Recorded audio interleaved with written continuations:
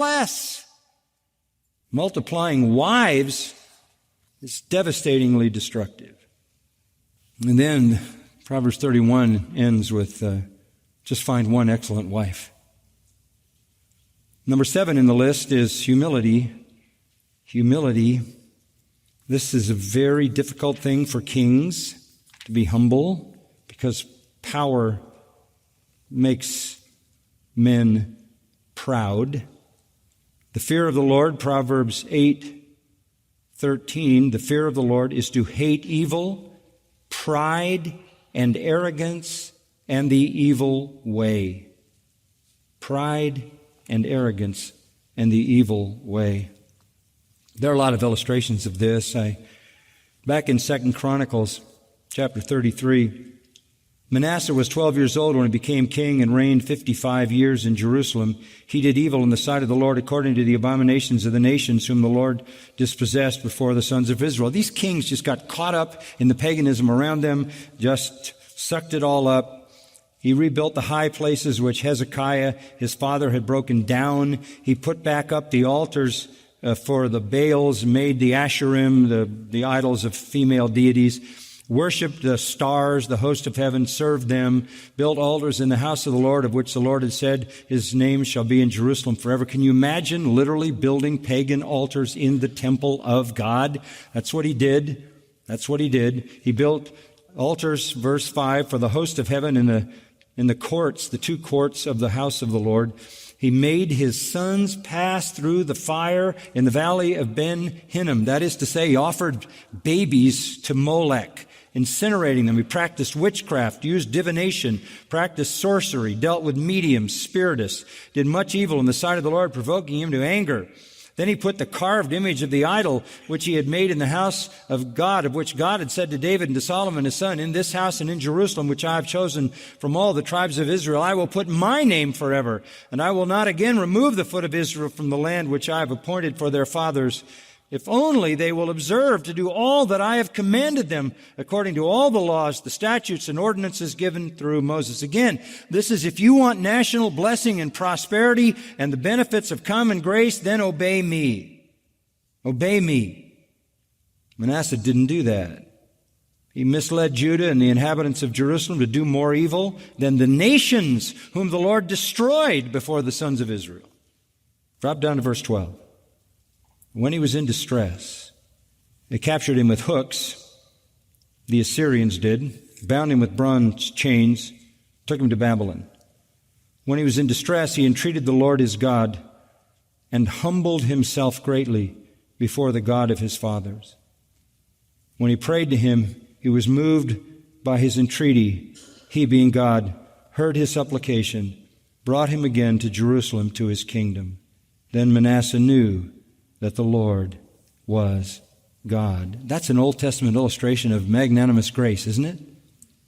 He humbled himself, and God answered his prayer.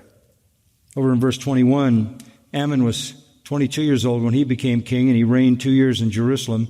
He did evil in the sight of the Lord as Manasseh his father had done. And Ammon sacrificed to all the carved images which his father Manasseh had made, and he served them. Moreover, he didn't humble himself before the Lord as his father Manasseh had done, but Ammon multiplied guilt.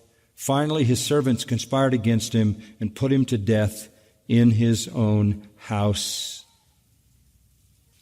Sad ending. Numbers 12:3 says this about Moses. The man Moses was very humble, more than any man who was on the face of the earth. Wow. Humility. God blesses humility. Josiah was truly humble. He followed Ammon, who was so wicked. Just maybe a couple of verses. Verse 31. Then the king, chapter 34, the king stood in his place and made a covenant before the Lord to walk after the Lord, to keep his commandments, his testimonies, his statutes with all his heart, with all his soul, to perform the words of the covenant written in this book.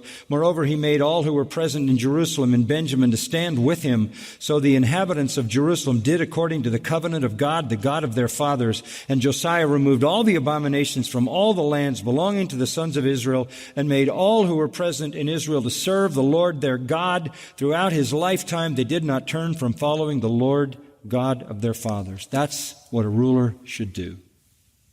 Number 8 is teachability. Just briefly, teachability.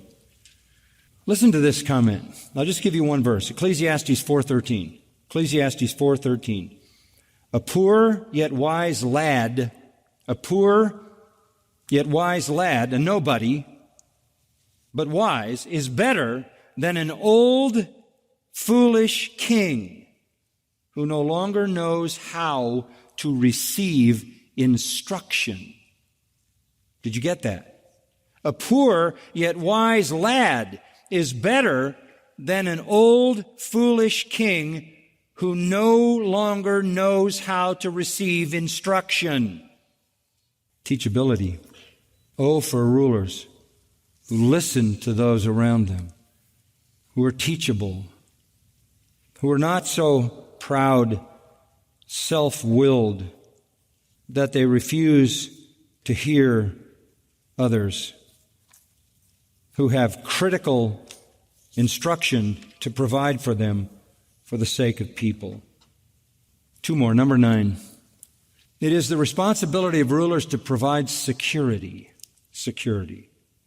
Another way to say that would be protection. This is primarily what governments do. They protect people from harm. They protect people from aggressors, unrighteous aggressors, those who would assault, those who would attack. Habakkuk 2:12 says, "Woe to him who builds a city with bloodshed and founds a town with violence." That's not a ruler that God honors. Romans 13.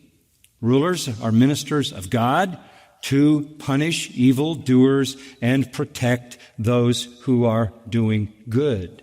Make it simple.